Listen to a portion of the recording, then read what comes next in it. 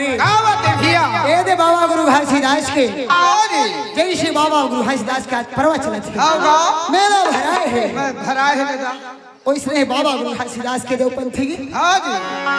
ए राहुल वाला बाबा ए भंडार वाले ए लासी वाले हलवा भैया ये गिरा वाले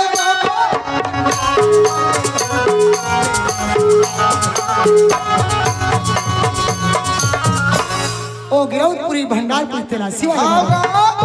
मोरे हीरा दे मैया के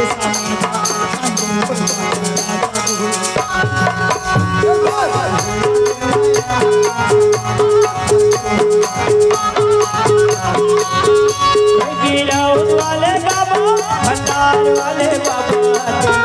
वाले हो गिरौद वाले बाबा भंडार वाले साहेब लाठी वाले हो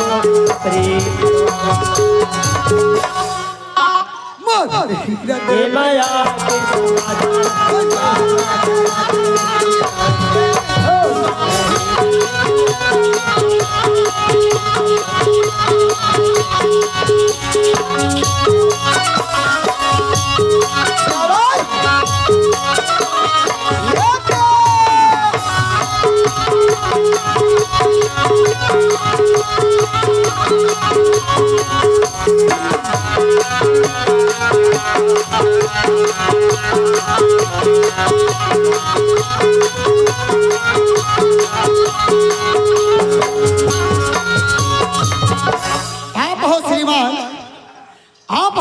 राजू बघेल की ओर से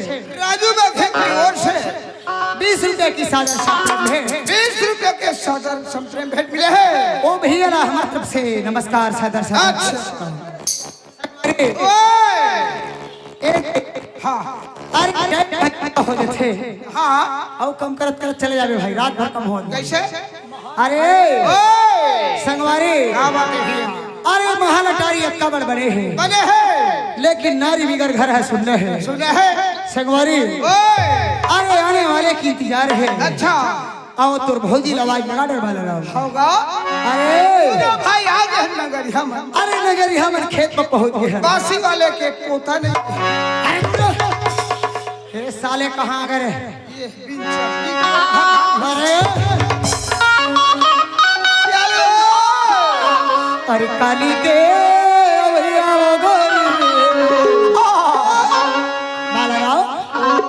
काल के भैया आज भैया काली के भैया आज लिया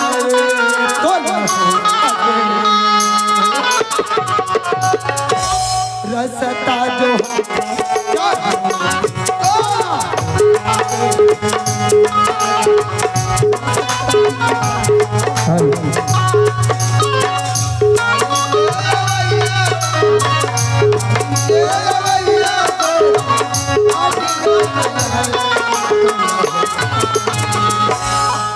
रसता जो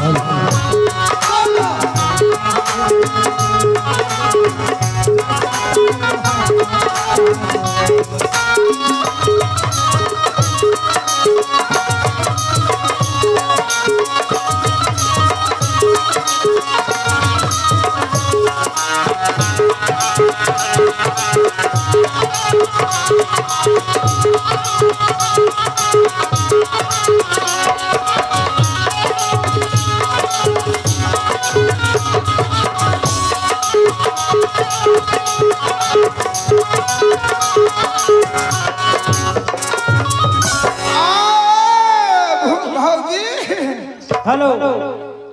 एक सूचना है आप सब झल्ला झारा झारा लेता है हमन वैसे अभी रेगुलर 15 दिसंबर से कार्यक्रम देवता था। आज आपके गांव पहुंचे हैं 24 दिसंबर के काली 25 तारीख के हमारे कार्यक्रम है ग्राम शिकारी महका छुरिया जिला राजनांदगांव में और 26 तारीख के हमारे कार्यक्रम है ग्राम कोड़ापार अभनपुर जिला धमतरी में 27 तारीख के हमारे कार्यक्रम है ग्राम चापा तिल्दा नेवरा रायपुर जिला और 28 तारीख के हमारे कार्यक्रम है ग्राम भोगांव अमसेना के पास जिला बलौदा बाजार में। 29 तारीख के हमारे कार्यक्रम आयोजन है ग्राम सोनपुर कुरुद जिला धमतरी में। 30 तारीख के हमारे कार्यक्रम आयोजन है ग्राम कटई नवागढ़ जिला बेमेतरा में। और 31 तारीख हमारे कार्यक्रम है ग्राम करमंडी जिला बलौदा बाजार। और जनवरी महीना में हमारा कार्यक्रम है 1 तारीख के ग्राम मटिया भाटापारा जिला बलौदा बाजार में। 2 तारीख के हमारा कार्यक्रम है ग्राम गोरदी सिनोधा गोरदी जिला बलौदा बाजार में। 3 तारीख के हमारा कार्यक्रम है ग्राम कठिया सिमगा जिला बेमेतरा में। और 4 तारीख के हमारा कार्यक्रम है ग्राम सारंगपुरी जिला धमतरी। 5 तारीख के हमारा कार्यक्रम है ग्राम धुमा राजीव जिला गरियाबंद में। 6 तारीख के हमारा कार्यक्रम है ग्राम प्रसादा मानपुर जिला बलौदा बाजार में। 7 तारीख के हमारे कार्यक्रम आयोजन है ग्राम बीजाभाट अर्जुंदा के पास जिला दुर्ग में। और 11 तारीख के हमारे कार्यक्रम है राजीव प्रसादा जिला गरियाबंद में। 12 तारीख के हमारे कार्यक्रम है ग्राम बटरेल जिला धमतरी में। 14 तारीख के कार्यक्रम है ग्राम सोना सिल्ली जामगांव फिंगेश्वर जिला गरियाबंद में। और 19 तारीख के हमारे कार्यक्रम है ग्राम दामरी जिला दुर्ग में। और 20 तारीख के हमारे कार्यक्रम है सड़क परसुली जिला गरियाबंद में। आप सब जगह होता है। जी हाँ लखनऊ जी हाँ जरूर आओ। धन्यवाद।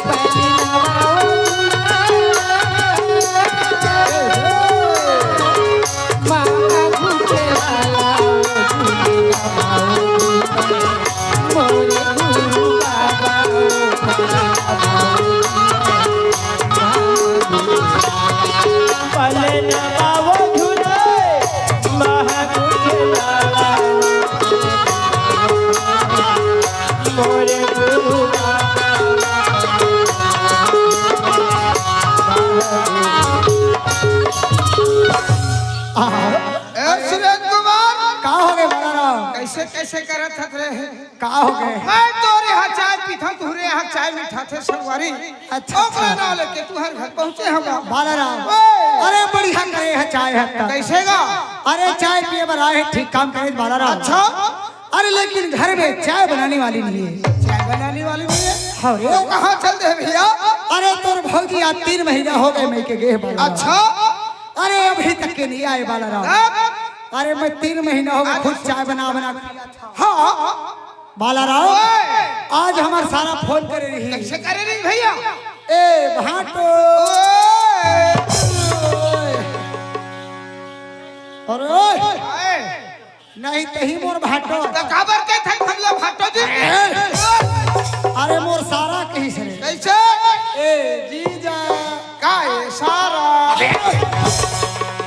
अरे मैं कहे हम पागल ओ तय नहीं कहे होबेगा उसने कहा। हाय ए बालाराम तो तोर संधि है मोला फोन लगी से मोर सारा है। हां जी मैं दीदी ला बस बैठा दे हम। बस में बैठा दे हम बस आवाज जाते अरे बस में आवा थे ऐसे। हाँ मैं सोचे बस आवाज अरे तो नहीं तो कैसे? अरे खरोड़ा बस स्टैंड में तो भौजी उतर के हुई होगा तो एक काम करते बालाराम, का काम अरे देवर तिल्दा बस्ती में आज समिति वाले मनमोला अध्यक्ष चुने। टुकड़ा चुने भैया। अरे ये गांव के मुखिया सियान बनाए हैं। ये दक्षिणा बन गए पागल नहीं तो ऐसे गाँव तो मैं जाता हूँ बैठक में। हाँ काली भी है ना जो हर हिसाब किताब करने है करना है पैसा के। हाँ जी तो एक काम करते ऐसे तोर भौजी रहते जा बस स्टैंड ले आ बालाराम। अच्छा हाँ ले तब मैं कामा जाऊँ भैया। बालाराम ओए और तय हमारे घर में एक गाड़ी है तेल में जावे जी। काय गाड़ी है गो? अरे गाड़ी हर हीरो पुक। अरे दादा रे पुराना मॉडल के रखे हीरो पुक पुक लगो। अरे बहुत दिन हो गया गाड़ी बेचबे नहीं करो। अच्छा हाँ होगा ले जा जल्दी। तो वो हीरो पुक लधल हाँ जा हीरो पुक धर ले भाई। अरे सुरेंद्र कुमार के हीरो पुक आओ जाबे चुपे चुप भैया क्या हो गए? ये तो चालू करके देखा था गाड़ी। ले चालू कर बाला। खेर खेर खेर खेर खेर खेर कैसे चालू नहीं हुआ तो? आए अरे इतना सुंदर लड़का दिखा था दिखा था लेकिन गलत है तो सो। गलत है तो सो। अरे गाड़ी चालू करे के पहले रे पागल कैसे भाग में? अरे उठा ले खर्चों रे चौक ला ऊंचा तब चालू। अरे पुराना गाड़ी है रे सीता जथे ठंडा में ठंडा मौसम में भैया और चौक ला उठावे तो तुरंत चालू हो जाए। सुरेंद्र भैया गाड़ी जुड़ा के नहीं जा काहे गाड़ी जुड़ा के है। अरे जुड़ा गए रे चौक उठा चौक वाले आजकल ठीक है दादा बिना चौक के आए सेंसर वाले। आले चल चालू करा था। खेर खेर खेर खेर खेर खेर खेर खेर खेर खेर खेर खेर खेर गुर गुर गुर गुर गुर गुर गुर गुर भुर भुर भुर भुर भुर भुर भुर भुर पूर पूर पूर पूर साले गाड़ी रे ये का तिल्दा बस्ती में हम बोल हंसवादी छी कसम। अरे साले बड़े ऐसा गाड़ी लेती के रोगा पुराना खटारा मोहल्ले है। अरे दुनिया के गाड़ी गुर गुर गुर गुर बढ़िया भागत है भुर भुर भुर भुर भागत है। अबे सुरेंद्र कुमार के गाड़ी रोगा पूर पूर पूर खराब। अरे ये बस स्टैंड में तो आ गए हो। अब ये को धर में वाह दूरी हम खड़े हैं जा ओ माई लोगी ले आवाज लगा के देखा। अरे पाछू भला देखा था दादा आगुल देखते तो मैं जान डरते मोर भौजी हरे के लेकिन पाछू देखा था मोर कोई समझ नहीं आवत है तब आवाज लगा देख ये आई देख ले ओ ईमान से बोला बस ला उतरे आधा घंटा हो के रही अब 1 किलोमीटर गाँव दूरिया पर थी।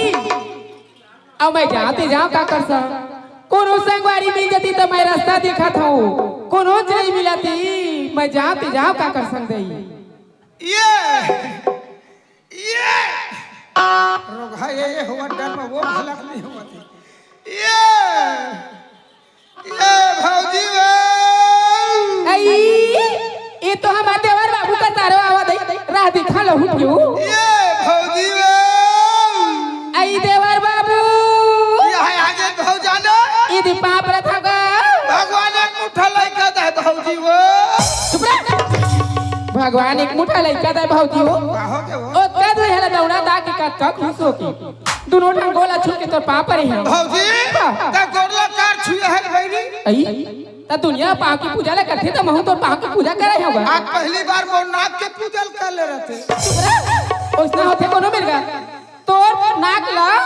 पाँच हुआ है पापर यहाँ तो बोला काय मिल ही की होगा ये है अमृत पाती वो सूखा खाती भौजी। चुप रे कहाँ रे सूखा कैसे हो बाबू पाँव की पूजा ला दुनिया करती करते तो मोर देवर बाबू मिल के भगवान की दोनों ठन गोल ला छू के तोर पापर ही अच्छा। तो वही ला कहती भौजी आनंद रा खुशी रा केला छोड़ दी अब भगवान एक मुठा लइका दे वो कहत काला एक मुठा लइका दे ले तो बता आयल कर है दादा काला एक मुठा दे के थे। अरे इतने धंधाई दीदी बैठे भौजी कई घंटे उठल घला कुप रहा हो गए वो आई देवर बाबू तोर आशीर्वाद दवाई हां बोला समझ नहीं पड़ती का हां तो मोर अड़ही भौजाने आई मोर बात है तो समझ नहीं आई जा नहीं का ये देखता फिर आई हाथ ला तो टांगे हाथ मुठा बांध के गा मुठा बंधाए है ना के ठउंगली टंगे आई पाछन बाबू पार सा तो लइका होवे के भौजी ये दाई कतका सुंदर आशीर्वादी समझ देवर बाबू अब कहां जात की तोगा भौजी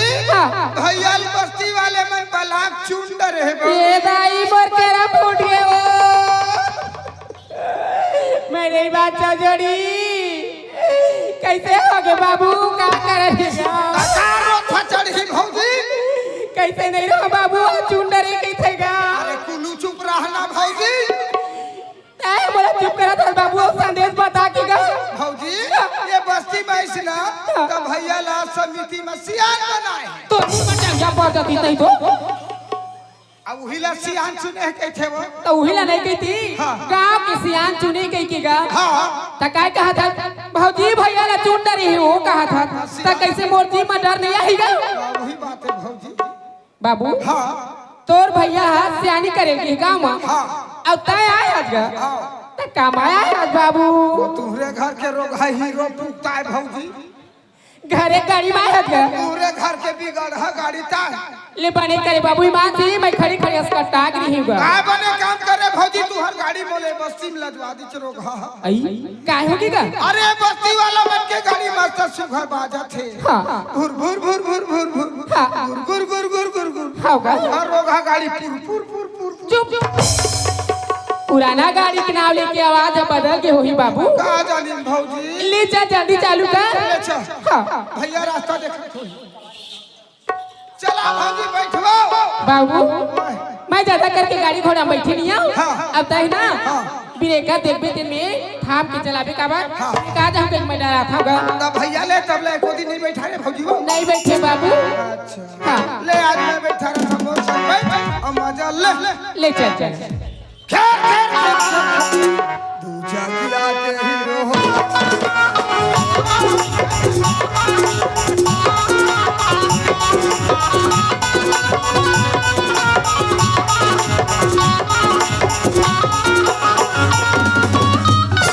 तो जवान होती नहीं तो मागी लग जाती बाबू का हो गया? मार कुदावा था तोला समझ नहीं पैसे से ताए हां तक कैसे ढील लगा के ब्रेकर में चलावे बाबू कह के था अभी जब आगे फेंका के भाग भौजी हाँ। ये बड़े जान ब्रेकर ला देखे ना हाँ। कल हाथ ला चपका था कह के हाँ। पाछू के चपका था कह के आगू चक्का ब्रेक चपका के भौजी अब ब्रेक चक्का और चपका तो हल घूम के स्लिप मार दी भौजी काई तय बात के भौजी हां बाबू मैं बात के भौजी हां दोनों धन बात के बने बन गई हां गा दे टोपी वाला टुरक छर्रा का टोरी राम जागे बाबू ओए गलती लइका के नहीं गा गलती तोर मही मार कुदावत हते कर मगा ब्रेकर ला नहीं देख पा भौजी हां लेट में भैया जा बतावा ले जाता ये भैया गो का हो गए मारा अरे का पागे भाई पाए नहीं अब भौजी आगे तोर भौजी आगे भौजी आगे बाहर में खड़े हैं तो एक काम करे रही थे कैसे घर अंदर नहीं लाए थे भैया मैं भैया झूठा भैया जी कैसे अरे कोनो जग के सगा मेहमान थे हाउ एक लोटा पानी दे घर में रखे हाउ भैया जा एक लोटा पानी दे भौजी धोई हाँ हाँ सूट ले घर में खुश हो ये रे जात हमारा ना हाँ हाँ हो ले जा ये रे जल्दी जात हमें देख यार वो सुने जाबे यार हाँ? अरे बहुत ही हुआ कर रहा है जी और ढंग से रेगा जाबे आए वो वही अरे वही वाले चल गए हचकारे कैसे ये रे जात हो देखे हाँ हाँ क्या गजब के रेगा थरे कवर्धा कुतिक में है कौन है कवर्धा कोतिक में है रे कसरे पारा राज में तो स्नेह खदान है कैसे ये बता हाँ। अरे दुनिया के मोर माता बहनी बन बहनी में घर में मेहमान आते घर में मेहमान सगाया थे आते नहीं होगा तो सर में पल्लू ढाक के पानी देते सिर में पल्लू ढाक के पानी दे जाते सर और सिर अलग अलग अलग रहे के चिर तेरे बोले कंतर है अच्छा भैया होगा तो सर में पल्लू ढाक के सिर में पल्लू ढाक के देते हाँ जी तो मोर माता बहनी मन के मर्यादा है मर्यादा और कहूँ खुला पानी दे जाहि कैसे कही कैसे कही भाई गे इज्जत नहीं है घर में ए फलाना बहू भी मुड़ ढाके पानी दी से है नहीं होगा अरे वही बात है बदनाम हो जाते ये मैं जा तो देखे हो ले जा भैया ए लवा जी पानी बोल दो सुरेंद्र कुमार का हो गए रे भौजी पाप वाले रोग खसरे कोनो अपन बाइक पाप पर ही रे कोनो तो नहीं देखा पाप वाले देख तोर भौजी मोर कैसे पाप अच्छा अच्छा तब कैसे हाँ हाँ ए जी वहाँ डौकी डौका सुनता मार के ए बता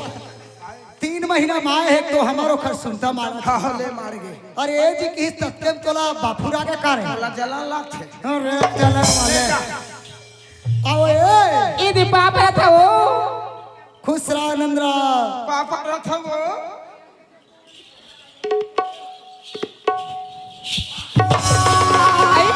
तोला कैसे करता जोड़ी से हो ए बाबू देख लगा आहो के भौजी का हो ये हमारे दिलों की काबरी से कूदा देगा भौजी मेरा बाबू ईमान सेगा भौजी वो भैया मिर्गी आगे का ऐ भौजी चुप रह बाबू हम का पूरे जना नुस्ता लगा मिर्गी नहीं आएगा बापू रुपये का भौजी ऐ नो बाबू नुस्ता लगा खड़ा हुआ देरी नहीं आजू बाजू में देखी से बाबू भौजी ओसना बात न है बिहार यहाँ का नादे गांव जनती में नहीं है हम मल्ला बला है वो बेंद्रा वाले आए से मदारी का मदारी आई डबरुल बजे गड़गड़ गड़गड़ गड़गड़ तान गांव भर के मन खजूर गए अब वो बेंद्रा वाले घर आए मदारी हा ए लाठी और बेंद्रा घेच में रस्सी लगे रहा दोनों धरे है लाठी पटका थे ए हनुमान जी रावण के लंका को कैसा जलाया कहा थे अब बेंद्रा बेचारा जीव डर में हा कठी एक आग डंडा पिट मोर प्राण गवा दे ही के कैसे को टींग ले डंडा डर मगा भौजी उसने भैया हनुमान जी के पाठ करा अरे कैसे ही हमें बंदर नचवाए वाला है मदारी हमें कैसे अरे कैसे मैं हनुमान जी चालीसा पढ़ा था अरे वैसा बात तो है ऐ काहे जी एतिया तो ए बता आज तक 3 महीने हो गए तुम मैके गए हो नहीं गए अरे इतना महंगा के तय साड़ी पहन के आए हैं भाई साले एकदम कंजूस हमर भैया भारी में खींचूंगी 300 साड़ी पहने हैं 300 तो नहीं भाई 500 रुपये दे रहे हो रे मैके गीत 500 रुपया दे रहे हैं पाठक वाले एकदम कंजूस है मोर यहाँ भाई कहूँ जाए बर धरी से मैके हाँ खटाक ले 2000 के नोट निकलते जब वो दिन जयंती के दिन 1 रुपया का मुर्रा नहीं खाए बोल है हमार बहिनी है मोर खराब है तेकर छत्ती में खा अरे, खड़ल से रोका ए दाई 500 रुपया दे रही है कहीं के औलाद न धरे ही रही दिन का दिन बीत गए कर पता नहीं कंजूस साहब भजी 500 रुपया दे दी तो 5 लाख रुपया दे दे ये तो बताओ मैं कंजूस हूं ना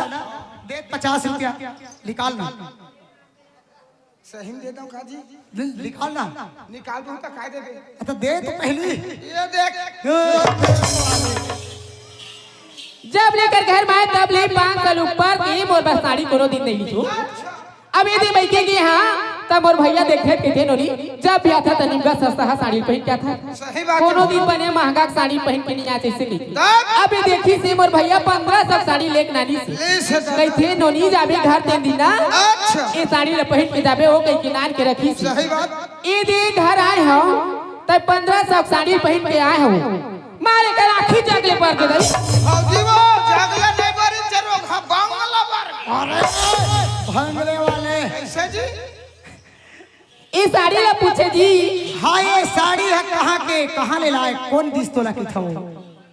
मोर मैके के जोड़ी वाह रे मोर कानी घोड़ी अरे काली घोड़ी वाले चंदवा कर दे कार रे बाला राव कसरे हाय ते काली घोड़ी की था तो कुछ शर्म लगते रे ते साड़ी है तो मैके के जोड़ी अब ये गला के साथ छखार पहने हत्ते ना मैके के ओ मैकेज के हाँ। अब ये कमर के करधन है मैके के आ अब ये पेट के लइका है मैके के जोड़ी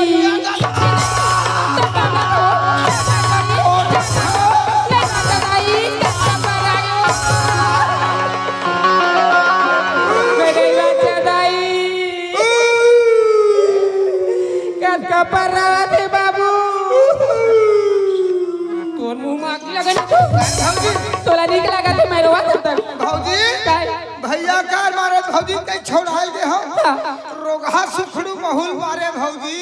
आई सीतो बाबू जिन जगह पाए तिन जगह मारे भौजी ए दई तबे तो पीठ लाल लाल दिखत बाबू मोर खरवा ला उधे डरे है भौजी बाबू कैसे लागत तोला मोला भर भर भर भर मिर्चा डाले कस लागत भौजी मोला पितरावत रहेगा ना तोला कैसे लागत भौजी मोला बप्पर रावत बाबू का बतावगा मन चंबल बाबू हाँ मैं दुआरी मां के खड़ा हुई अच्छा अब बोला मारते मारा थी का वो मारी तेरा पूछ क्या नहीं तेरा बच्चे मन बैके जहां रात तो कहीं नहीं जाने भौजी मैं जाता ले जा ए भैया सुरेंद्र कुमार का हो गए बालाराम? मैं तोले ये पूछूंगा हाँ हाँ भौजी का बार मारे है देख बालाराम, अरे भाई रहा तो भार सा है हाश है नहीं होगा बालाराम। ओए। तोर भौजी मई के गेरी हाँ आज 3 महीना में आई से ऐसे 500 रुपया में दे रहे हाँ जी अरे इतना महंगा के साड़ी पहन के आए 2000 के साड़ी होई कम से कम। सही बात है झकमक झकमक साड़ी दिखत है नहीं हाँ जी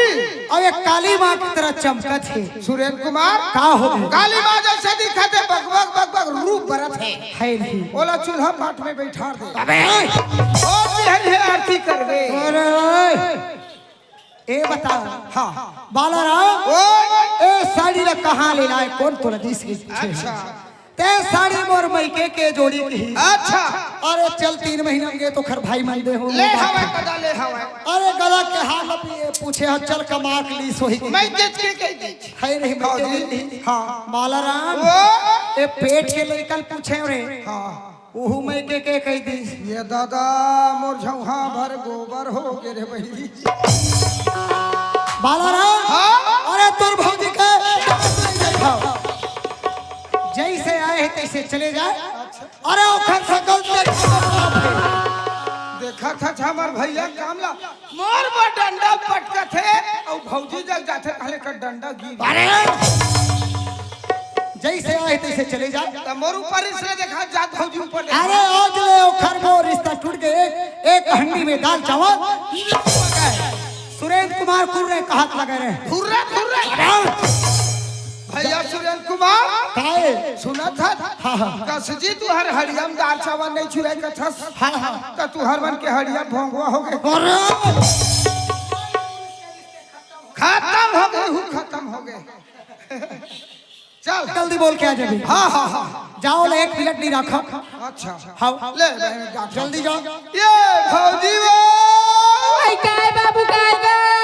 भौजी वो तो लमाई पूछा मोर अड़ही भौजी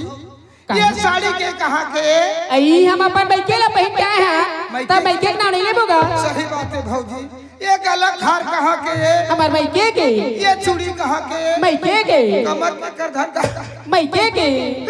पाँव पैरी कहाँ के बैके के गा पेट के लड़का कहाँ के तो लाग लाग से पूछते लगा ये पूछे वाले बात है भौजी वही के देखना से भैया के रीस एड़ी के हम थम सके सीतो बाबू सीतन भौजी ये दाई मोर मुंह में आगी का बने लगी तो मोर मुंह किरवा पड़ जाती जो एकदम से मोर मुंह ला निकाल के बाबू देवत भैया माची से भौजी के मुंह बारन दे आगी गो काय करबे आगी बारी है तोर मुंह में कहा था नहीं धरेगा अच्छा काबर भौजी थूकवा भूत आ जाए ये दम ला रही है कावा बाबू हाँ। तय बोले बतागा कैसे? ओकरो तो बहिनी हवे ना हाँ तय मोरो दर्जन गोठा में ओकरो दर्जन गोठा मैं दोनों के बीच के आदमी हूँ दोनों बीच में बात करबे हाँ, हाँ, हाँ। नियम गोठा भी भाई अब पक्का नहीं आप ओकरो तो बहिनी 3 जन हवाए हाँ। त के जन ओकर बहिनी मन में के लइका धर के गेरी सोई बाबू पहले मला बतावे वो का तीनों बहने में के घर के लड़का निकले ए बता बालाराम कैसे अरे 2 झक मोर बहिनी आऊ हवे तेकर शादी हो गई और 1 झक मोर ले छोटे ओकर शादी नहीं होए। अच्छा वो कहाँ के लेकर है वो तीनों बहने में लड़का घर के निकले अरे अरे ठीक ठीक है अब भूलवारा कहीं से कैसे चुप रहा बेटा गोलू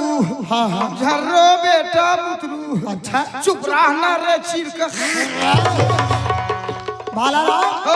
कायतिक दिन गे रहे मोर घर हाँ हाँ हाँ हाँ वही दिन के बाद ला कहा था हाँ जी। अरे ओ लइका मन पुत्री पुत्र खिलौना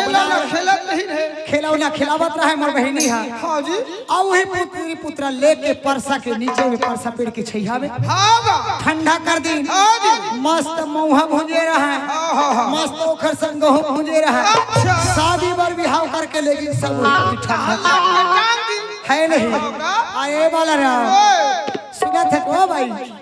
काई दी अरे तूरा के चक्कर न छोड़ हाँ हाँ जी मोर चक्कर में मत आवे हाँ मोर रोगा गोलमाल घुमाथे माथे जाबे हाँ भैया सुरेन के ढेलवन जाबे तरी ऊपर अरे तेरी ऊपर वाले ऐसे अरे चाय पिए बराई पहने भी नहीं लेकर चाय पिए की आदत है लेवा तुमन बैठा मैं गैस में टाप ले बना के खाता है पाली ना बाओ झूला हो महागु के लाला झूला बाओ झूला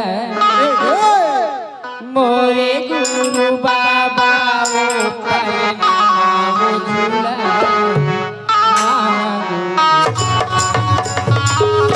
अच्छा काहे गिरधपुरी गांव में हूँ हाँ वो मांगो ब्रौतिन की कोरा में सुंदर बालक जन्म ले काहे रहे हैं हाँ जी बालक के छठे छोहर मंगल में हाँ हाँ का भर सुंदर जूर मिल की छोहर मंगल गई गिरधपुरी के पूरा संत समाज विरोधवासी में आया हाँ वो ऐ महागु के लाला अमीरौतीन के दुलारा पलिना बाबू झूला अच्छा मोरे गुरु बाबा पलिना बाबू झूला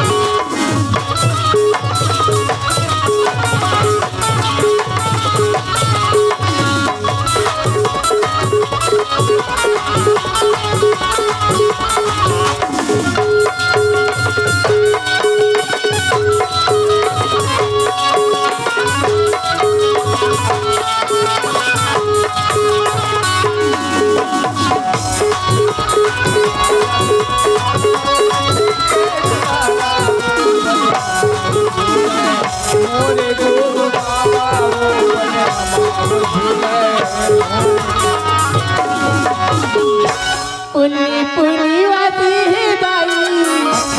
दिन सो में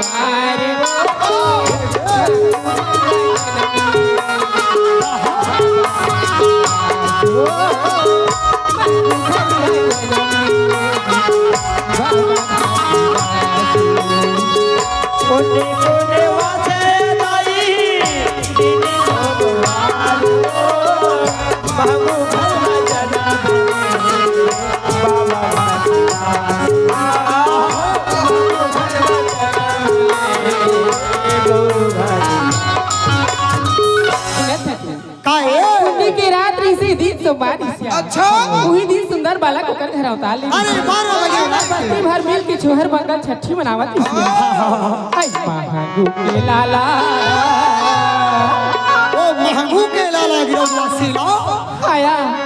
ऐ मेरा तीन के दुलारा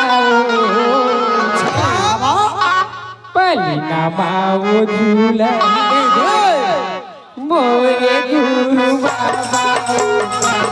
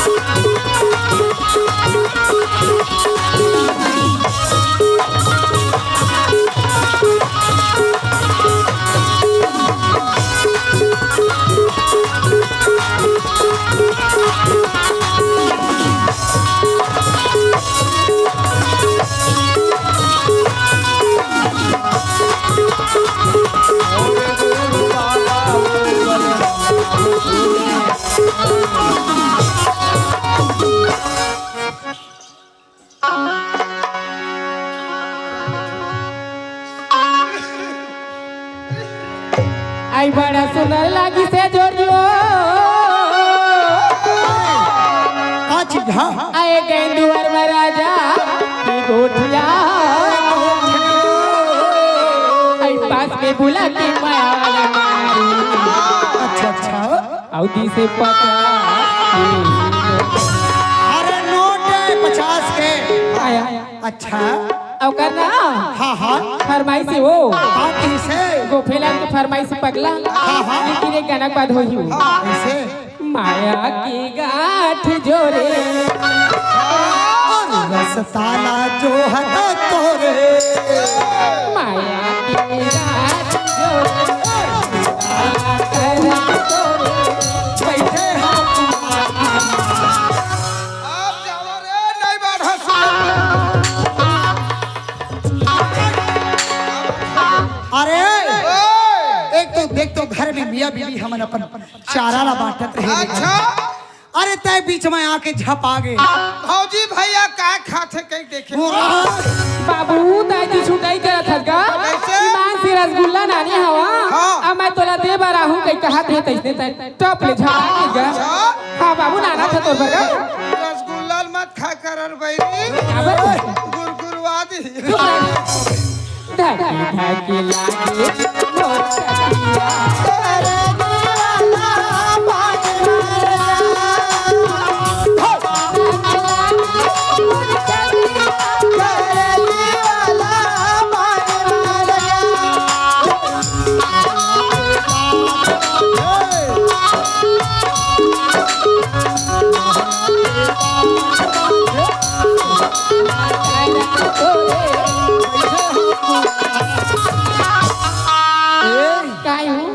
आज बहुत उदास लगा झटका बाते का करबे ओ मन आजना अच्छा नहीं लागत हो धक धक लागे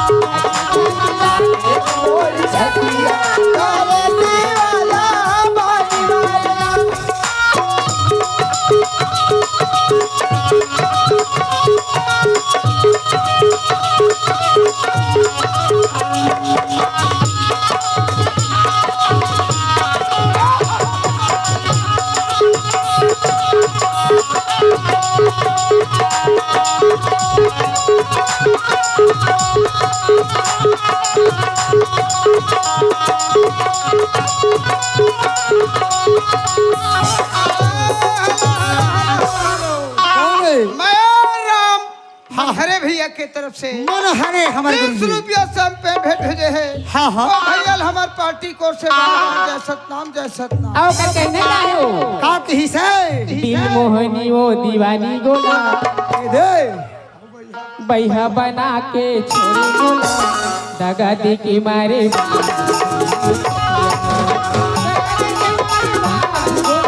दिल बहनी रे दीवानी बोला यहाँ बना के तया बोला और दगा दे के मारे बाबत दगा दे के मारे ओ भैया फरमाइश सुरेंद्र कुमार थे सुरेंद्र